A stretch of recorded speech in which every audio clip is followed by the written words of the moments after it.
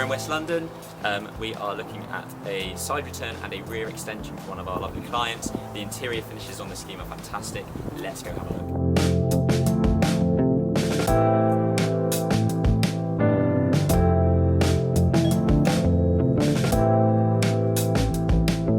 So we are here in Brentford with our lovely client Emily. We are looking at the wonderful kitchen of a side return and rear extension, together with some other internal remodelling that we've done. And we're here to talk about the process, the communication and integration between the client and us as the architect and the designer, and hear about all the fantastic finishes that we put in this scheme. So thank you very much for doing this. No problem, thank you for having me. So let's talk through from top to bottom what we've done here in your own words, how the process has been, and yeah, tell us about your favourite finishes and fittings. Sure.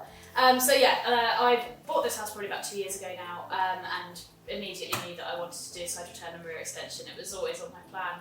The kitchen was not particularly fit for purpose as it was. And so I started looking around.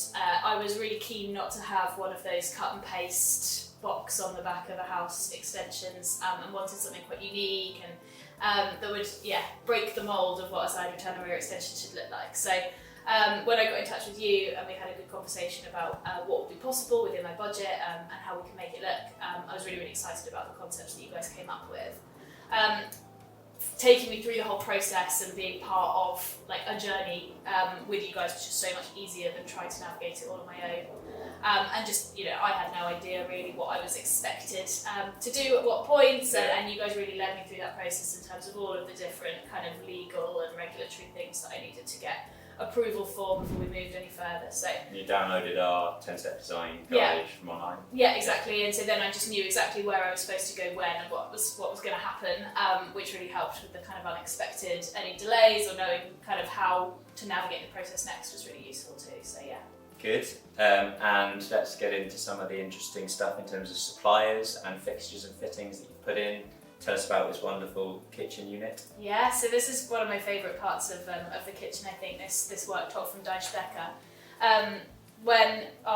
Before I'd even, had any sort of idea of what any of the final fittings and fixtures would look like, I got really into Terrazzo. I think it was all over my Pinterest. The algorithm had picked it up.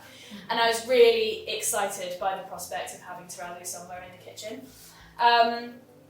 It really started with that, and then I went down to the workshop down in South London and had a look at all the different designs that they had, and I ended up going with this monochrome one. I thought I was going to go crazy with a really amazing coloured one, but actually what I really like about it is it's kind of this understated but still a big feature, and it brings everything together. The black and white with the handles, with the cooker tap. Everything kind of just pulls together really nicely. So I think it's a feature in itself, but it also just brings the room together and harmonises it really nicely. So definitely one of my favourite features there. Yeah. In terms of other stuff, they also did the quartz for me, And the splashback. And the splashback. Actually, a really nice little feature is this, which creates a really nice amount of light, but also because we've got this tiny band of quartz at the back here, it bounces the light back really nicely. So it creates this really bright, it was actually a mistake that turned into a nice feature, which I really like as well. So sometimes, one door closes and it makes a nice actually light feature. So that's one of my favourite things. Great. They provided that as well. Yeah, and I see video inbox, sink, and you said this is a cooker. This is a cooker, so get my boiling water. Quooker, I think you call them. Having a boiling water tap. I mean, it's an indulgence, but I don't know how people live without them now. Hot water. My mother-in-law says that the water doesn't taste the same out of these. She has to have a kettle she still. Has to have a kettle still. You see, old school. I'm not so fussy. I think it's perfectly. I think they're great. Perfectly good. I love having the boiling water. Pad did the kitchen design and installation, and they've done such a good job. The attention to detail that they put into it in terms of thinking about kind of how I was going to use the kitchen, how I was going to make a cup of tea, when I was going to offload my shopping, or anything like that. We thought about every eventuality of how I would use the kitchen and move around the space, which massively helped when kind of coming to making a really intuitive kitchen that was so easy to to cook in, to live in, and to use To on a day-to-day navigate, basis. Exactly. It works with the flow of how you use things, and everything's got its own place, Exactly. which is great. Yeah, no, it's really, really nice. Good.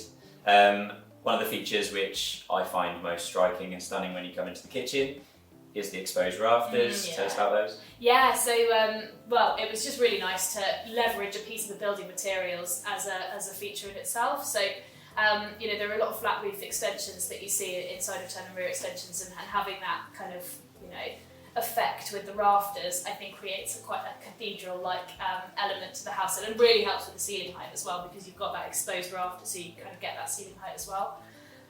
Originally in the plans we were going to paint them white, but as soon as we saw them we had to change our minds, because just the character that it brings to the room and the warmth and depth of personality that they bring, I think is really special. So yeah, definitely another amazing feature that I absolutely love. And I think it brings it all together really nicely. Actually, all of the colours work together, and yeah, it feels like it's got a bit more personality than something that's quite crisp and white. Yeah, completely agree. I absolutely love them. The doors and the glazing, I mean, both look fantastic.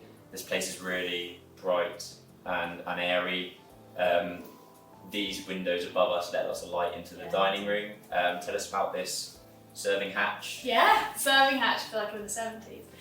Yeah, so I mean, I really liked the idea of these sort of distinct spaces, but having them really nicely connected. And that's what I think you guys have done a really good job of, is, you know, creating a space that feels still social and like it's connected to the dining room, but not something that's completely open plan. I like that kind of free flow, but not fully everyone in one room kind of a feeling.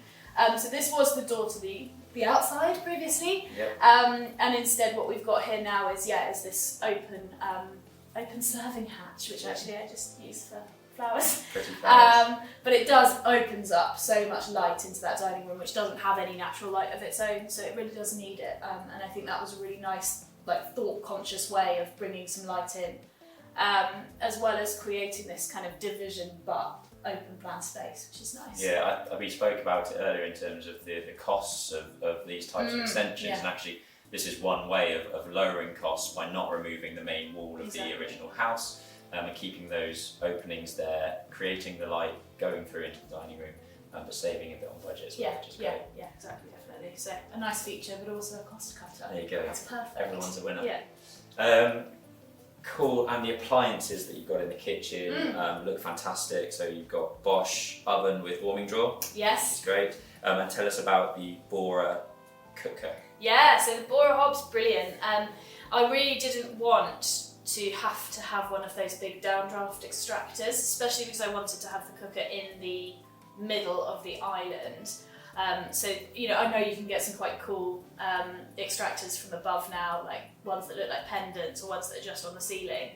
But actually when Pad suggested the idea of BORA to me, I think it just ticked a lot of the boxes, because actually it meant that you don't have to have an extractor fan above, so it's a carbon filter downdraught extractor. Do you want to show everyone? Yeah. It's quite useful. Yeah. Hands-on demonstration. Hands-on demo. So it's very intuitive to use. You just press that, and then it will start in a minute.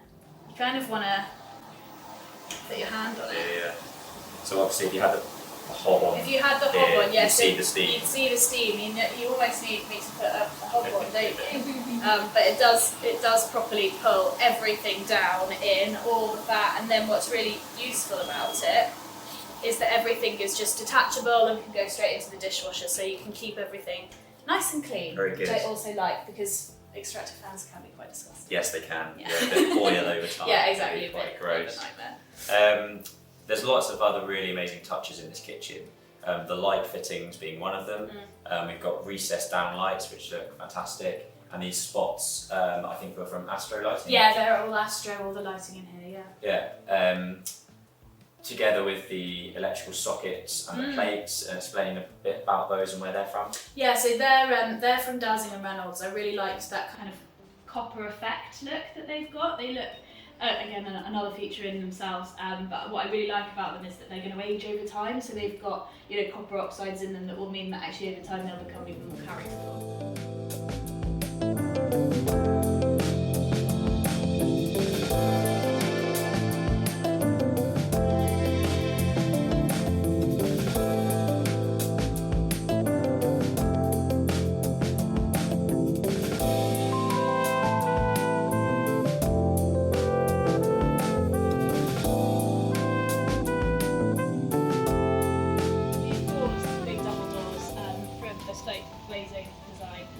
are brilliant. They're sort of crystal effect, but they have this really nice sort of set in, so you feel like you're literally just in one space, which I love.